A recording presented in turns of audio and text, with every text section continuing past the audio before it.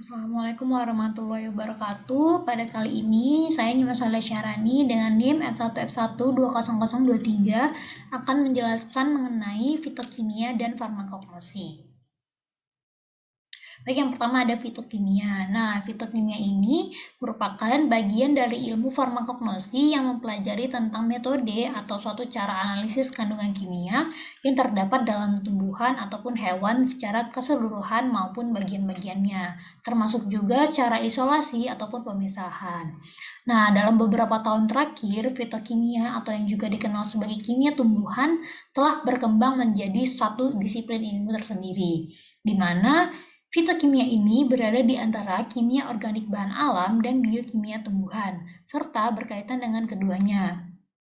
Bidang perhatian dari fitokimia sendiri adalah aneka ragam senyawa organik yang dibentuk dan ditimbun oleh tumbuhan, yaitu mengenai struktur kimia, biosintesis, perubahan dan metabolisme, hingga penyebaran secara ilmiah dan fungsi biologisnya. Fitokimia merupakan kajian ilmu yang mempelajari sifat dan interaksi senyawa kimia metabolit sekunder yang terdapat dalam tumbuhan, di mana keberadaan metabolit sekunder ini sangat penting bagi tumbuhan untuk dapat mempertahankan dirinya dari makhluk hidup lainnya. Lalu juga untuk mengundang kehadiran serangga, untuk membantu penyerbukan, dan lain-lain. Metabolit sekunder juga memiliki manfaat bagi makhluk hidup lainnya. Salah satu bidang dari fitokimia ini adalah screening fitokimia. Screening fitokimia atau yang sering disebut juga dengan penapisan fitokimia merupakan uji pendahuluan dalam menentukan golongan senyawa metabolit sekunder yang mempunyai aktivitas biologi dari suatu tumbuhan. Di mana screening fitokimia ini dijadikan sebagai informasi awal dalam mengetahui golongan senyawa kimia yang terdapat dalam suatu tumbuhan. Nah, dalam percobaan screening fitokimia ini dilakukan dengan menggunakan reaksi-reaksi tertentu sehingga kita dapat mengetahui golongan senyawa kimia yang terdapat pada tumbuhan tersebut. Lalu yang selanjutnya ada farmakognosi. Kata farmakognosi ini berasal dari dua perkataan Yunani, yaitu yang pertama ada farmakon yang berarti obat dan genosis yang berarti ilmu atau pengetahuan.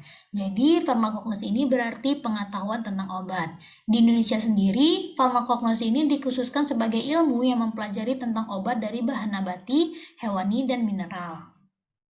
Farmakognosi ini merupakan salah satu ilmu yang mempelajari tentang bagian-bagian tanaman atau hewan yang dapat digunakan sebagai obat alami yang telah melewati berbagai macam uji seperti uji farmakodinamik, uji toksikologi, dan uji biofarmasetika. Nah, farmakognosi ini merupakan bagian dari biofarmasi, biokimia, dan kimia sintesa sehingga ruang lingkupnya menjadi sangat luas.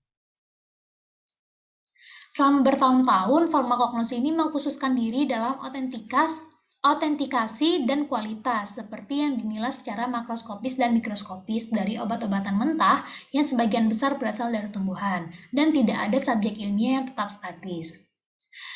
Definisi modern dari farmakognosi ini dapat kita ketahui sebagai farmakognosi ini adalah ilmu tentang obat-obatan dan racun biogenik yang diturunkan secara alami. Hal ini berkaitan dengan tanaman obat sebagai ramuan mentah ataupun ekstrak, senyawa alami murni, dan makanan yang memiliki manfaat untuk kesehatan.